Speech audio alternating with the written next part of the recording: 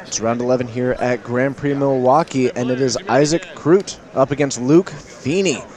Undefeated table here. Jeskai Control up against Izzet Drakes. Both of these are decks that we've seen all over the table, and that Izzet Drakes deck has been putting on a fantastic show so far, starting off with that turn 2 Goblin Electromancer.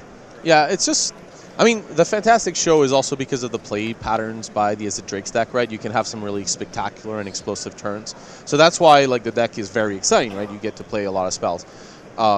Often when it loses, it kind of does nothing, though, which is typical of these kind of Steam Vents decks throughout the history of the game. You know, when they do their thing, they look spectacular. The problem is when they don't. However, here, Tormenting Voice, oh, and no land. That's the kind of game where the deck might have trouble. So Justice Strike took down that Goblin Electromancer. It dealt damage to itself equal to its power, and we see a shock go to that graveyard as that cost for the Tormenting Voice, but no third land could spell an enormous amount of trouble for Luke Feeney. The second by the way, Justice Strike, I just want to highlight right now. Yeah. It's been a card that has really kind of come onto its own. A lot of the Jeskai Control decks have been weak to Niv Mizzet, barring Excellence Binding and Teferi, but these can be quite clunky to deal with the early board. And Justice Strike kind of dealing both with an early threat from a potential white weenie deck in the field, and also something like Niv Mizzet Parun. And like being able to kind of answer on both sides being important. But looking at the hand from Luke, that just looks like a bunch of lava coils and a shock, which are not the cards you really want to fight this matchup. There's also a radical, there's a radical idea and then also an Arclight Phoenix, which, if we can get into the graveyard, at least produce some pressure, because Chemister's Insight here from Isaac Kroot with that 4 mana, it's an instant, you draw 2. Definitely, as long as both of these players are playing a land passing the turn, essentially, Kroot is going to be pulling ahead in that one, both by hitting the land drops and also just the intense amount of card advantage that is in that deck. Right, and this is why in Standards past, the 4 mana draw instant speed draw spell has been kind of key, and that's why you saw a lot of players wait until the 4 mana turn to produce a key threat, which your opponent is forced to counter and can't draw cards. Kind of card starve them because they have to react. But here you can tell that, you know, Isaac is a little ahead because of that missed land drop, the lack of pressure, being able to get this Chemister's Insight going. I would say Isaac is a little ahead just because Luke hasn't been able to deal pressure. And we're going to go ahead and jumpstart this Chemister's Insight, continue the card draw train. It's going to be another 2 cards heading to the hand just at the cost of discarding another card. Yeah, Isaac is just building the hand here, trying to get, well, that Teferi, Hero of Dominaria. That was the card Isaac was looking for, and will be quite happy to slam on the table. And Feeney yet, you know, still waiting for a threat to actually hit the battlefield and be able to apply any amount of pressure. Can try to stay somewhat defensive. There's a Blink of an Eye in there. But that is just a temporary solution to the problem, which is that there's nothing really forcing Kroot to make an action. Yeah, Isaac could just pass here, which is a totally viable option. There's not many counterspells in the Drake stack, so you know that the Teferi is usually safe. But had Isaac looked at Luke's deck, there are cards like Blink of an Eye that could be an issue. And also just getting those 2 radical ideas with 2 Phoenixes isn't that unlikely. So Isaac decided, I kind of want to pass here and make sure I leave myself with all the options open. Looks like that's what we're going to see at the end step. Kroot just passing the turn, and we see a Phoenix enter the graveyard there. Draw for turn. Yeah, Isaac, by the way, had 8 cards in hand, so with discarding. What a nice problem to have. Yeah, usually having multiple, having to well, if you're discarding to hand size, typically you're doing very well or very poorly. The scenarios in the middle are not very common. All right, we've got a couple of lands left over after those initial mana troubles. These radical ideas, as well as the Tormenting Voice, have helped dig into that. So we've got a nice couple of those in hand. Not going to be a problem for a little bit. Some shocks, and those lava coils really doing very little right now. It's Chart, of course, coming down. There is the option to negate, and also this Jeskai Control deck running Sinister Sabotage. Now, we have seen some other versions running Ionize in its place as the 3 mana counterspell. How do you feel about the relationship between those 2? You have to play a lot of basic islands in order to run the card Sinister Sabotage, so Isaac seems to do that. We already see 2 islands in the bin and 2 in play. So Isaac decides to play Sinister Sabotage, but correctly has to run more blue sources. If I see Sinister Sabotage, though, Settle the Wreckage becomes less likely because of the color requirements. And here, Isaac countering the Charter Court makes sense. Normally, you don't really need to counter cards. More Chemist's Insight. Let's get some more. Yeah. Sorry, you don't need to normally counter draw effects since you want to counter the active spells. But here, Charter Course is just so powerful, and you know that Luke will have access to a deck card in hand. So with Luke showcasing a pretty weak hand, it makes sense to kind of starve Luke on cards. Although I maybe would have liked to see the Sinister Sabotage here, so that Isaac had access to that alongside a land with the Teferi. While here, the Teferi is unprotected for a little while, even though not much can happen to it. Yeah. And in addition to that, you'd be able to get that Surveil maybe set up the turn, though those two lands may have been exactly what you wanted. But Teferi comes down, we're going to draw a card, and as we pass the turn back, we're going to untap a couple of those lands. So once it is on Feeney's turn, there will be access to that Sinister Sabotage. But before that happens, we're going to see a radical idea from Feeney. Yeah, get rid of that Lava Coil, not exactly doing any favors. And there's the 4 mana available, so the shields are up, the counterspell is there in hand, and Feeney is now fighting against an active Teferi, Hero of Dominaria. Yeah. Has access to Blink of an Eye, but that only is temporary. Really, Luke has to get his second Phoenix. That said, with the Shock, that'll be able to at least deal with this Teferi. And here, this looks really tempted for Isaac, and it's definitely just to counter, just to basically prevent 2 cards being drawn. It looks really bad because, you're discarding card, you're countering Tormenting Voice, so it is, in effect, a 2-for-1. Yeah. But card quality matters a lot more as the game progresses rather than card advantage, especially in a matchup like this. And we're going to see that Surveil ability as well. And now Feeney does have the opportunity with that Shock in hand, and I think there's 2 copies of it. Could hit that Teferi with one, hit Kroot with another, and that Phoenix would be able to come in and finish the job, or cast this Radical Idea and then use the Shock and the Phoenix to eliminate that Teferi. Yeah, we're probably going to see Radical Idea, discarding Lava Coil, getting back, and then shocking the Teferi, plus the Phoenix finishing the Teferi. And there's that Shock, so I think we now know what the game plan is for Feeney. It's going to eventually go back to Kroot. Only 1 mana remaining, can't stop this. Deafening Clarion in hand. A little bit of a short-term solution to the Arclight Phoenix. Might be one of the few opportunities that actually has a use in this matchup. Yeah, definitely Clarion not at its best in this matchup. And yeah, you get rid of 2 Lava Coils and then the Crackling Drake comes down, which is always frustrating. But yeah, Isaac deciding to keep the Seal Away on top. The perfect answer to this Arclight Phoenix. Although deciding to not use it here, preferring to have the counterspell up here. Yeah, and another thing that eventually that Deafening Clarion could be used for is that it's got another mode to give all the creatures lifelink, and if it ever comes down to a racing situation, you could use that with your Crackling Drakes to gain a huge chunk of life.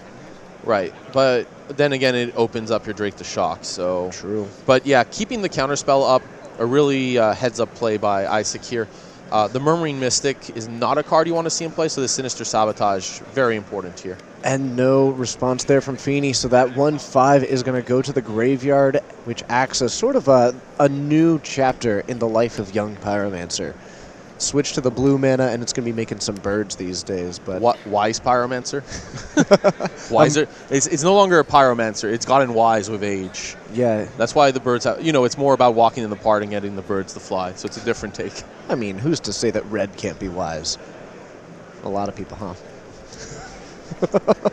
Crackling Drake up against this Arclight Phoenix. Plenty of mana available. And I think we're just taking a look. Those Jumpstart cards are definitely something to stay aware of in the graveyard. I think we're out of them in the graveyard of Feeney. And there's that Crackling Drake attacking in. Remember, it is getting a boost not only from the instants and sorceries in the graveyard, but also the ones in exile. Yeah, so those Chemist's Insights still giving power. But yeah, Luke deciding here to essentially block and combine with Shock. And from Isaac's side, there's only 1 counterspell, so I really like just giving up the Drake, especially with the second one coming down. You're not in a rush. You got more cards. You have more cards than your opponent. You have counter magic.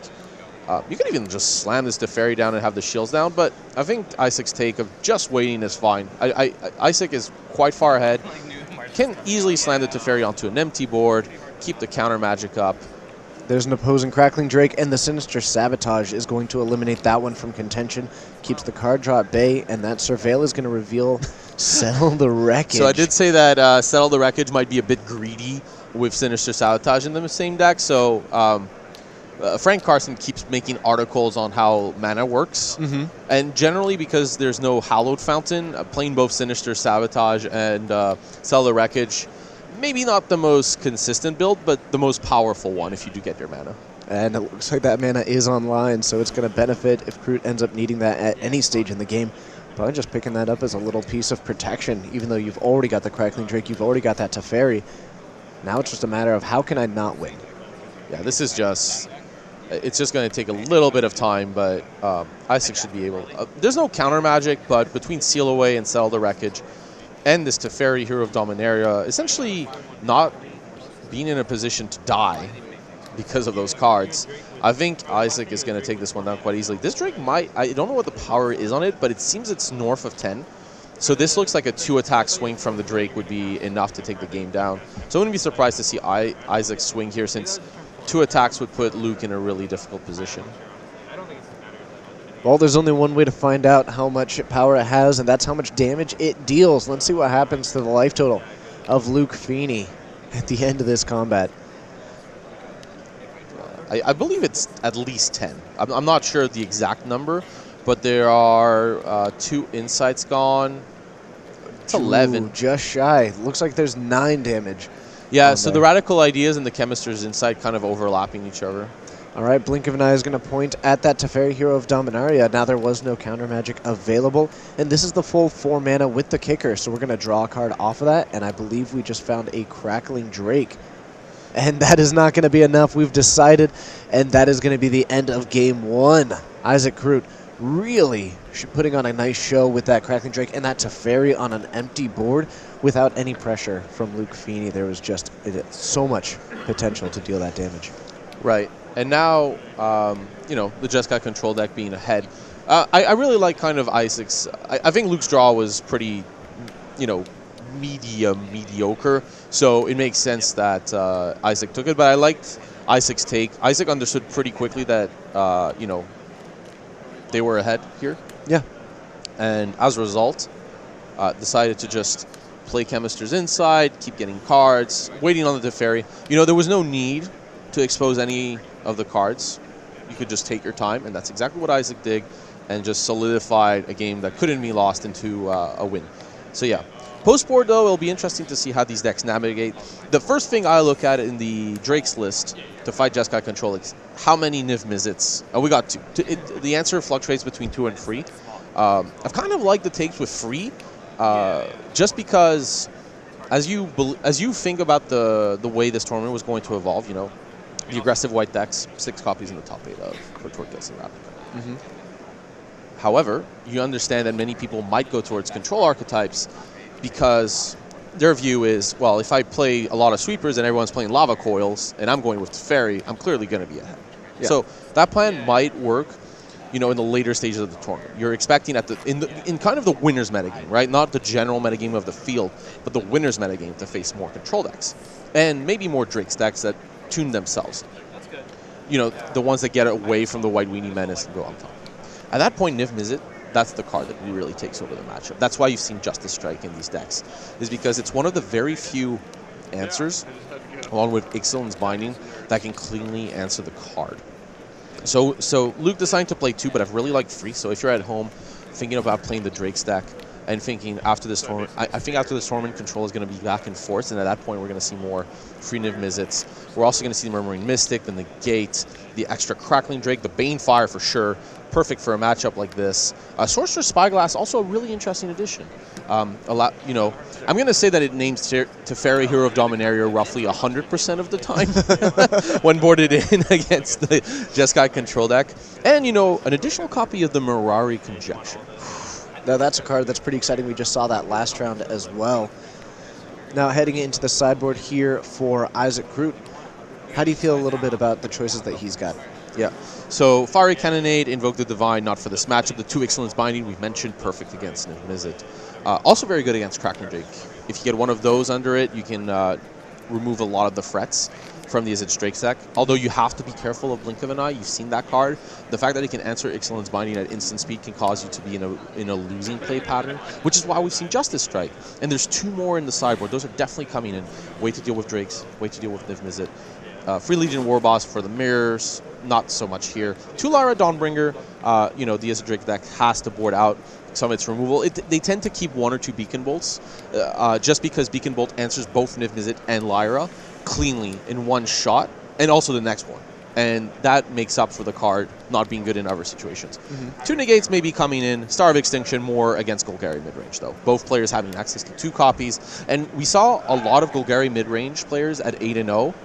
Well, that card was instrumental. I believe we saw Luke Feeney in last match take it down because of Star of Extinction.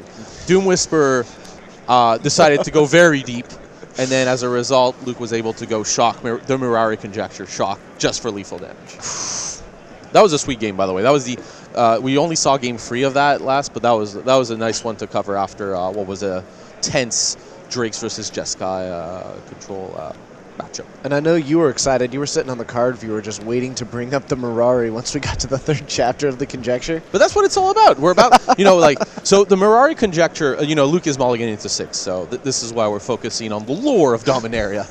So the Mirari Conjecture is about, studying the arcane. So, when you do your arcane studies or any scientific study, it's not because you haven't found the thing you're looking for that you haven't found something else. So that's why you find an instant and then a sorcery. You get some benefits of your research. You haven't found yet, though, what you're looking for. And then in the 3rd chapter, that's the 2nd chapter, you're getting there, but not quite. But the 3rd chapter, that's when you find the Mirari, and that's when your spells get doubled. So the best flavor. A flavor win, like many of those sagas from that set. And it looks like we're liking this 6-card hand. It's going to be a Steam Vents and a pass back to Isaac. Yeah, so here we're going to go for early development. Luke, just with Charter Course, basically, yeah, it's just the best card in this Drake's deck. Oh, that's the best. Oh, that's my favorite feeling in the deck. When you draw 2 cards and it's the exact last one, you don't have it in hand, it's just the last card off the top. That is a beautiful feeling. And when you put that in the graveyard, you always act like you never didn't have it. Oh, no, I sometimes act as if I didn't have it just for giggles, but it depends. Like, obviously, you have to be competitive and serious, but Magic is a game you also have to enjoy. Yeah, we got to be having fun while we're up here or down at the table, Yeah. 2 mana here for Luke Feeney. And Luke with a Lava Coil in hand, respecting the power of the Crackling Drakes in game 1. The difference between Lava Coil and Beacon Bolt is that Beacon Bolt has opportunity. So when you play Beacon Bolt, you don't get to just kill the first red. The second one also gets dealt with, and that's really bad for the control deck since you're tapping out twice. Tapping out the first time and getting answered is bad. Knowing that it's getting answered cleanly is very bad for you. Lava Coil, though, is only good against Crackling Drake, and it's very conditional. So I'm not a big fan of the card in this matchup. I think the Beacon Bolts are great, but I'm not convinced about the coils. And here, discarding Blink of an Eye, trying to make sure to have that Lava Coil for potential Crackling Drake. All right, so it's heading into the turn of Isaac Root. It's just going to be a 3rd land and a pass. We are holding up Sinister Sabotage, and we've got a couple of, I think I might have seen a couple of Chemistry's Insight for the following turn once we get to 4. But right now, the plan might just be to counter the first spell that we see and just try and prevent this game. I love this. I was wondering if Luke was going to go for it. I think Luke had a good play to make this turn, but decided not to. Waiting for the turn with Chemister's Insight, forcing Isaac to not necessarily draw cards, but be forced to choose between countering a spell or drawing cards. I love this patience. This patience from Luke was really heads-up play. Murmuring. Yeah. Mystic. This has to get countered by Isaac. It's just too potent. Justice Strike doesn't deal with it, but that means that Isaac can't use the Chemister's Insight. So really heads-up play from Luke here. I really liked it here. That was, yeah, very good. Excellent. Now we're going to be untapping, and that basically just wasted the 3rd turn of Isaac Root. So now we're going to be untapping, playing down our 5th mana, and we still do have access. Drawing to Fairy, Hero of Dominaria. Niv Mizzet is very good in the matchup with one exception, and that exception is when Teferi, Hero of Dominaria, is down on the table. Because then you cast Niv Mizzet, well, I'll just minus Teferi, and we're going to move on with our lives. Doesn't even end up giving them a card in hand. So Teferi at 5 loyalty after drawing a card, untapping those 2 lands, holding on to a Justice Strike, if I saw correctly. Yeah, and with Justice Strike, I still like Luke's patience. That was very heads-up play, but I think Isaac is ahead. There was not much that Luke could do with this situation, and this is kind of why the Lava Coil was maybe a card I was worried about, is because it doesn't deal with what is the real problem. Like Crackling Drake, it doesn't deal too much, but yeah. And here, Isaac deciding to... The Payroon comes down, and it's Justice Strike from Karut, looking to keep that Teferi rather than minusing it, and we're going to draw a card, send that damage to Teferi, and it's right back to Karut's turn. Yeah, it kind of makes sense here. The Justice Strike was always going... I mean, the Niv Mizzet coming back, you still have to deal with it, so it makes sense to use the Justice Strike here. Yeah, and here's the Crackling Drake drawing a card, but while the Drake is drawing the card, the real concern here for Luke is, not that Drake, it's the Teferi. The Drake is easy enough to deal with. It doesn't do tons, but the Teferi is a real problem. And that Teferi able to, allowing Isaac to both play the Crackling Drake and untap enough lands to hold on to that Sinister Sabotage once more. So an opt here from Feeney, and finds another copy of Niv Mizzet Payroon. Now this time it would require Teferi to be the answer to it, as long as there is another land in hand. And if there isn't, then this is going to have to wait till next turn. There might be a better option here. Between the Lava Coil and the Beacon Bolt, and also the potential of drawing more spells to give value to this Niv Mizzet, I kind of like this line. Luke going for Beacon Bolt, trying to draw out a counterspell and then play Lava Coil. Because if he plays Beacon Bolt first, there's no chance that Isaac counters it, since he knows that it'll come back. Actually, wait. Yeah, starting with Lava Coil would have maybe made more sense here, since you get the Arclight Phoenix back as the third spell. While here, if Isaac counters it, then Luke can just play a land and jumpstart the Beacon Bolts. I'm surprised to not start with the Lava Coil here, since it's both the more conditional card you'd like to see played, and also Isaac could easily put Luke on a land here for the Beacon Bolt. So I kind of would have liked the Lava Coil first, but it pans out okay. Luke is going to use the Lava Coil here, get rid of the Drake, get the Arclight Phoenix back, attack the Fairy Hero Dominator down to 2, most likely. But still Isaac ahead, because that Teferi is still in play. And that Arclight Phoenix coming back because 3 instants and sorceries were cast, being Opt, Lava Coil, and that Beacon Bolt. So Teferi no longer able to go for that minus ability, now at 3 counters, and Ixalan's Binding. A really big draw. I mean, the early versions of the Drake's deck played dive downs, but that's not where we are. They are more control decks, Lava Coils in the main, because those were the versions that were able to answer kind of the white weenie decks. But against these control decks, Ixalan's Binding is a real problem. It makes this Niv Mizzet substantially worse.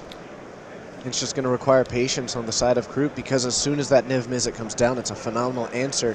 And using it on that Arclight Phoenix, it is a removal spell. It looks like that's going to happen. I feel like... I understand why Isaac went for it, which essentially is, look, I can't really deal with... There was no real other answer in hand. So at that point, the Arclight Phoenix would just have gotten rid of the Teferi. So using the Binding here on the Phoenix just to get rid of Teferi. But yeah, the Niv Mizzet here, big play. And with any instant or sorcery, can deal enough damage to the Teferi to knock it outside the range of being able to use its minus ability on it. Yeah. Obviously, respond with Opt here. Better to do it now than after it resolves. And is that Syncopate? Yeah. Bye-bye. Not what the doctor ordered in this spot. Yep, that Niv Mizzet Payroon has got that extra special text. This spell can't be countered. And we find Lyra Dawnbringer and an Essence Scatter as well. Yeah. And it's Niv Mizzet passing back. 2 mana left available if Feeney has got access to a card. But actually, this does give the Teferi, I guess, the opportunity to eliminate itself from the battlefield if Karut wants to. I don't think Karut wants to, but Karut may not have a choice. And now the advantage is a parity. Karut has a lot of cards in hand, but that Lyra gets very cleanly answered by Beacon Bolt. That said, Isaac having more removal. And there is the Niv Mizzet heading to the 3rd card from the top of the library and Teferi into the graveyard. Yeah. With the Teferi gone, but yeah, I kind of like this play. Just make sure you have the extra mana for counterspell to protect the Lyra. Right now we're in mode protect the Angel. You know about the Beacon Bolt, so it would take really 2 removal spells, and Lava Coil wouldn't do it. Yeah. Lyra Dawnbringer But there's on the another Beacon battlefield. Bolt in Luke's hand. So Luke, it depends on the card Luke drew. If Luke would like to draw a blank here, as weird as it sounds, because Luke is most likely going to want to start by jump starting the Beacon Bolt, discarding whatever card was drawn, as long as it wasn't too relevant, baiting the counter spell, and then playing the second Beacon Bolt. That's going to be a really good sequence here for Luke. Taking another look to see if there's anything else with Jumpstart in that graveyard. There is Beacon Bolt, and it is going to be discarding, looks like just a basic island. Yeah, right. That was, as weird as it sounds, again, that's the card you kind of wanted. Yeah, you don't want a good card that you have to discard. Sinister Sabotage takes it down. And I mean, Luke could wait a turn. There's definitely the Lyra is not going to be game over if it attacks once, but being able to get rid of it now, just right what Luke wanted. So Luke with no cards in hand, but with Jumpstart, Beacon Bolt, and more importantly, Niv Mizzet, but with the Settle the Wreckage in hand from Isaac, plus this Crackling Drake, I think Isaac is taking... Oh, and that Niv Mizzet as well. I think Isaac is going to take the lead here. Having access to that Crackling Drake. Now, there is the Beacon Bolt in the graveyard, and I'll be curious to see if Feeney tries to take down that Crackling Drake, but that would leave the door wide open for Niv Mizzet to stroll in. Yeah. Stroll. Can a dragon stroll? Yeah, it kind of strolls in. It kind of comes in and stalls itself. The main problem, though, here is that Luke is kind of priced into getting rid of this Drake, even though there's counter magic up. Like, this Drake is gigantic. I can't, again, remember the size. There's a ton of instants and graveyard and sorceries in the graveyard. So we're looking at least at 6 to 8 power. This was a long game. We had 2 Sinister Sabotages. A lot of lands. We can check now. So 1, 2, 3, 4, 5, 6, 7. 7. Right. So I don't think Luke is at 28. But yeah, essentially with 7 power, the Drake would get there in free attacks. I don't see how Luke is at 28 here. That'll probably get fixed unless I've missed. I don't think Swords of Plowshares is a card in this in standard. So not in this set. No, not in this standard environment. Not in any.